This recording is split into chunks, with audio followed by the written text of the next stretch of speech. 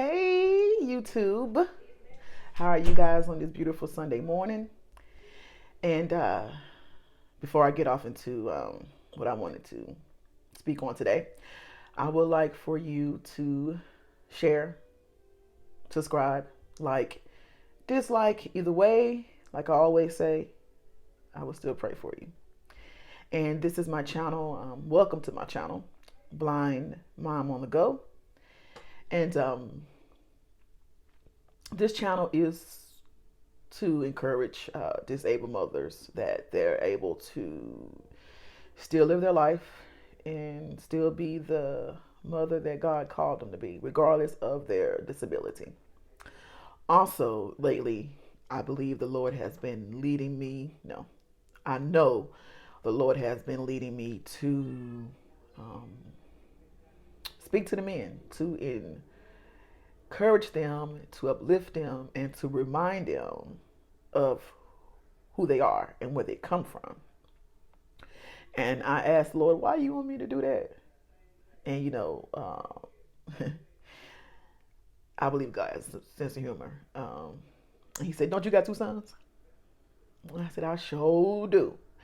So, in order for them to grow up in a world that all parents hope for their sons, I need to be on my post and praying for those um, that are older than them, those who are already out in the world trying to figure out what it is that the Lord has called them to do. So I am here just as a vessel to encourage you kings, because I like to say kings, because that's who you are.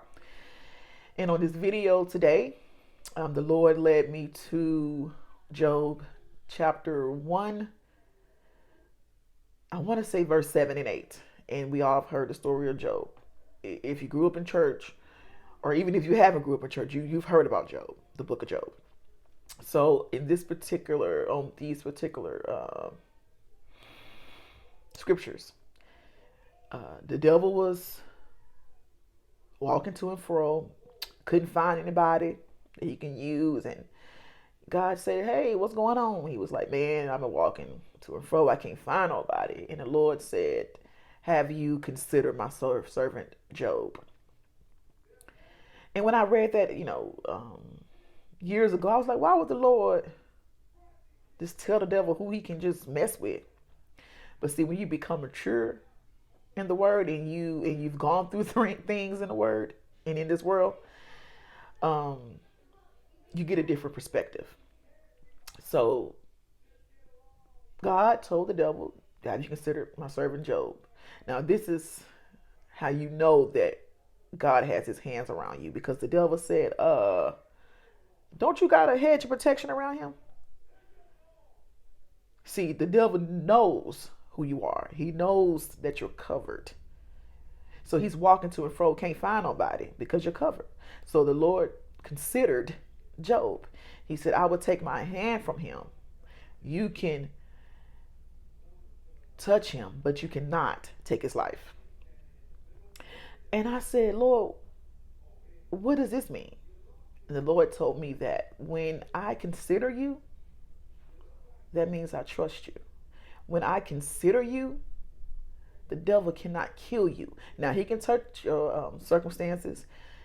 He can touch your body, your relationships, your emotions, but he cannot take your life. And I said, Lord, I thank you, because through all the things that we all go through in life, we're being considered because the Lord trusts us. And we know that the devil cannot take our lives. So to the kings today, I just want to ask a question. Has God considered you? Has God considered you? Yes, the world will tell you, oh, you're nothing. Oh, you're black, or you're brown, or you come from a trailer park, you're nothing, you're nothing. But the Lord said you are someone. And he goes above that. He says you're a king. You're a king, my friends. So on this video today, I just want to encourage you, men, that it's time to take your rightful place. We need you out here. I don't know how many times I have said that on the video. We need you out here. We do. We do. We do. Yeah, the devil can send you to jail, send you to the group home, be a fatherless son, and all of these things. But he can't take your life. You know why? Because God still needs you. He still needs you. Because he has considered you. And I know sometime in the world, we see people that have these good lives and they're so wicked. And you're wondering, dang, Lord, they're getting all this stuff. How they being rewarded? And they getting all these things. And I know they ain't doing right. The Lord said, because I haven't considered them yet. I'm considering you. So the question again is, has God considered you? And if you're still here, regardless if you're at home or in jail or in a halfway house, you're still considered. You still have a voice. You still have a purpose. And I know with my testimony from where I've come from and what I've been through, oh yeah, I've been considered, baby. I just have enough faith to know that I have a purpose and not be afraid that the devil is still trying to come from my life because he cannot take it. Because I would lay it down for my brothers today. Because we're supposed to esteem others higher than ourselves. So today, Kings, on this Sunday morning, you have been considered.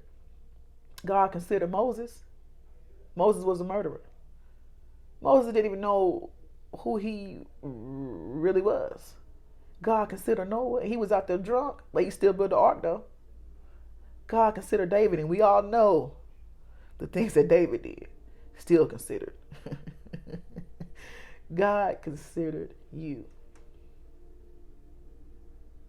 God considered his own son to die for us so that we can have everlasting life. But what's so good is that he arose and he lives in us so that we can complete the work that God has called us to. So, Kings, on this morning, I just want to encourage you and to uplift you and to remind you of where you come from. And yes, this is Black History Month. And even our ancestors were considered. Yes, they went through hell. But look at where we are now. There's still some struggles, but look how far we've come. We have a voice. We can speak up and speak out. They couldn't do that. So we thank them. And the Lord reminded me, he said, let's go deeper with the ancestors. He said, because when you're a child of God, God has no respect of person. So my ancestors, besides, my genetic, generational, those that came before me and my family,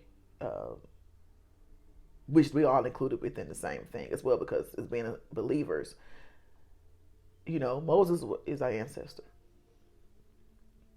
And I don't know about you, but my ancestors raised the dead. My ancestors touched people and they were healed. They were able to walk.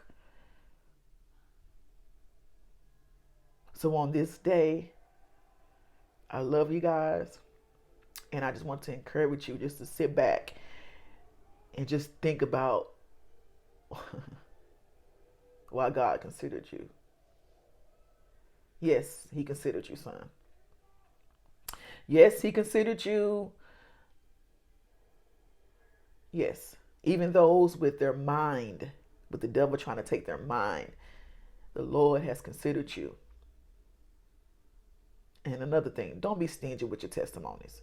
And for a long time, I was, because I was afraid. The fear of how people would look at you, the shame, the guilt. But the Lord said, once you're considered, I trust you. And God's trust is enough for me to get up here with enough courage and enough strength with the son that's helping me do all this. God says whatever you need is in the house. So today, my kings, I love you. I wish and hope the best for you. This is the time. And I'm not talking about just older men. I'm talking about teenagers. I'm talking about the young men that are in middle school. This is your time. Don't be afraid. I know sometimes we be confused and we don't really know if God is really speaking to us, but he is speaking to you. If he's speaking to me and telling me to say this, oh, he done told some people. He done already told you what your purpose is. He done already told you what you're supposed to do. So I just encourage you, especially the men in jail that's bound. The Lord has anointed me so that I can say to you, brothers, you're free. That mind of yours is free. It's free. So I love you guys. Sometimes I get up here and I feel like I'm prepared for everything I need to say. And I know it's some things I didn't get a chance to say. But I'll probably remember as soon as I start recording. It always happens that way. So I just, once again, my heart, my passion is to uplift you, men. Because this world, they don't want to. They don't feel that they need to. But I say, you're loved. You are respected. You are king.